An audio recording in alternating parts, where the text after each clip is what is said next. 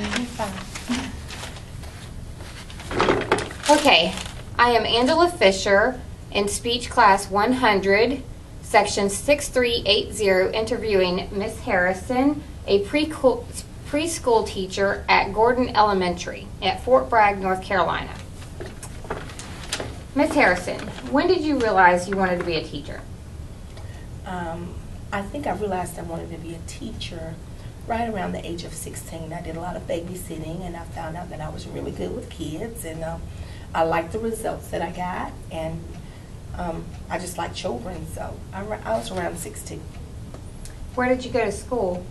I attended South Carolina State University.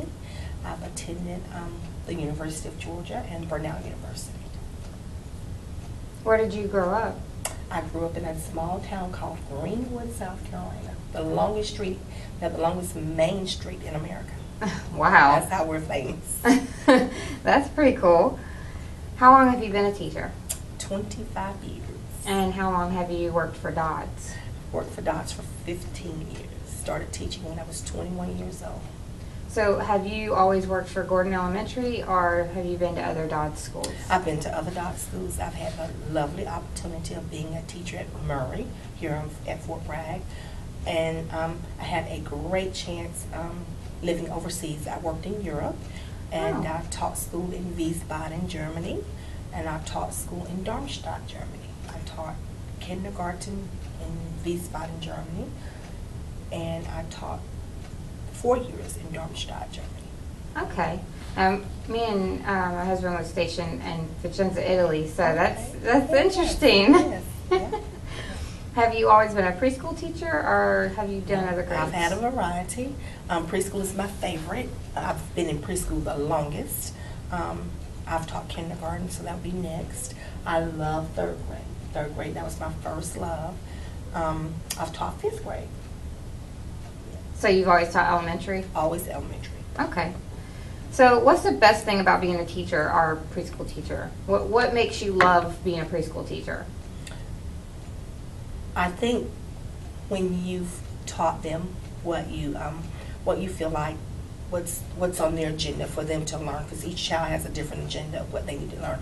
You have your guidelines of what you're supposed to teach them, but each child's interest comes out in their conversations. So conversating with them and hearing their stories that they share about their life at home. And once I've taught them something new that relates to their life, it's just like magic, you know. So I think that would be that's my best thing about it.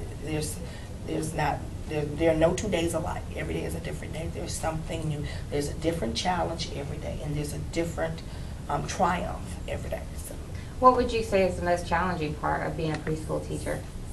I would have to say getting all of their needs met in a 2.5 period of time. So being the short amount of time they have with them. Would you rather it be a full day program? I would love it. I've had the experience of both, and you get everything done, but it's such a rush. Yeah. You have to rush. And being a military school, we all know we deal with deployments, dads and moms leaving and coming. So you're dealing with family trips, family illnesses, just family life in general. And so when dads come home or family members after deployments, we have a lot of children who are out. And so that's a big challenge for us, making sure that we try to make sure all of the goals are, I guess, presented to the child, and hopefully the outcome is positive, where they've learned what we've taught them. Okay. If you could give any advice to aspiring teachers, what would it be? People that may decide to, know what you're getting into. You won't come out rich financially, but it's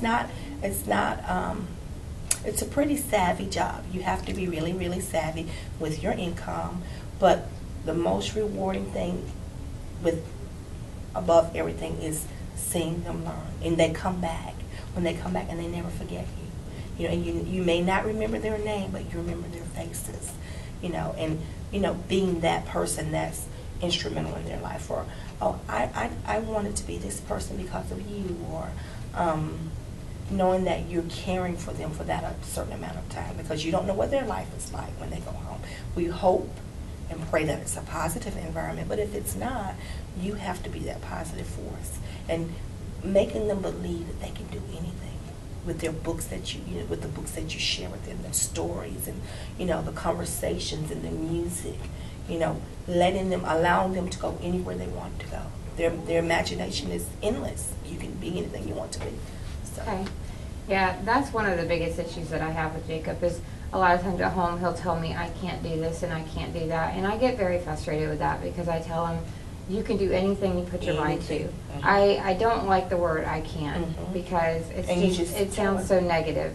So I try to instill in him a positive outlook that he can do anything he puts his mind to. But I know and he doesn't say I can't do it, and here he says I need a little help. Yeah. I need a little help is a good word. Anybody needs help. He asks for help a lot at home, especially when he's playing his DS. He likes to ask help for me to beat the game. Yeah. So, but he says I need a little help. Or he'll say, I don't have a spot. And that's when you go and use your words. And you ask him, can I have a spot, please? And he does. Like today at Play-Doh. Play-Doh was the hit today. And he said, there's not a spot for me. I said, you make a spot for yourself. And he did. He's a cool kid. Yeah, I love him. Well, Ms. Harrison, I want to thank you for your time and for allowing me to interview you. So, thank you very much. You're welcome to come back anytime. I will. Class.